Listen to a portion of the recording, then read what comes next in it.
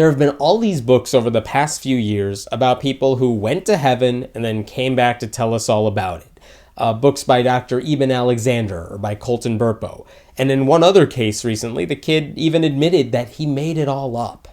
Still, if you're religious, you probably think heaven is this great place. You are living your life so that God will let you through the pearly gates. But the problem is, when you think about it, heaven's actually a pretty horrible place to be. It's kind of like New York City for me. Like, I'd love to visit it, but I don't think I'd want to live there forever. Here's why. Playing a harp doesn't sound like fun even now. I can only listen to Joanna Newsom for so long. Seeing your loved ones is great and all, but when I visit my parents or relatives in other states, I'm usually ready to leave within a day or two. Given the type of people who tend to talk about heaven all the time, I'm pretty sure the lack of intellectual stimulation would get frustrating after a while. It seems like all you ever do in heaven is watch people who are still living, because they always talk about how you're looking down at them from above. And that might be okay for like a generation, but a few generations down the line, you're just staring at strangers. And that's creepy. Where are all the rebels? The artists who challenge you and maybe even offend you? The drugs, the sex, the alcohol, and all those other things that, in certain cases and in moderation, actually make life kind of worth living.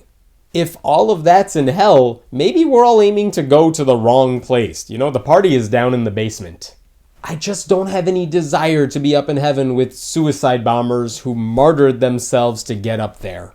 If Christians are right about unborn children automatically going to heaven, then it's going to be me and like 98% partially formed fetuses.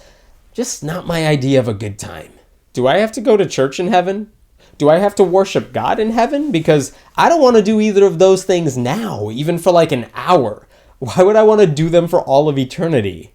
Apparently, heaven is just full of toddlers, who make a temporary visit to heaven before they go back down to earth and tell everyone about it. I don't think we're going to be good friends. If anyone I really loved didn't make it to heaven, I would be devastated. What would it be like knowing that your parents or your kids or your spouse was burning in hell? That doesn't sound blissful to me. That sounds like torture.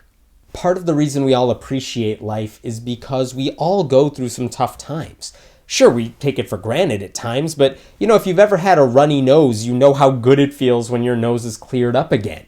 If you've ever survived an accident, you know how good it felt to be healthy and healed.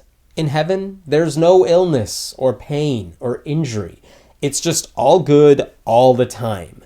And I don't know how you could appreciate that when there's really nothing to compare it to. You thought having sex in your parents' house was awkward? Just wait till God's your roommate.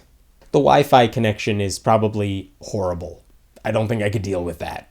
Look, there's no evidence of heaven existing. You have this one life. Go enjoy it. And don't stop anyone else from doing the same. My name is Hemant Mehta, and I write at friendlyatheist.com. What do you want to see a video about? Let us know in the comments below, and we'll be sure to check it out.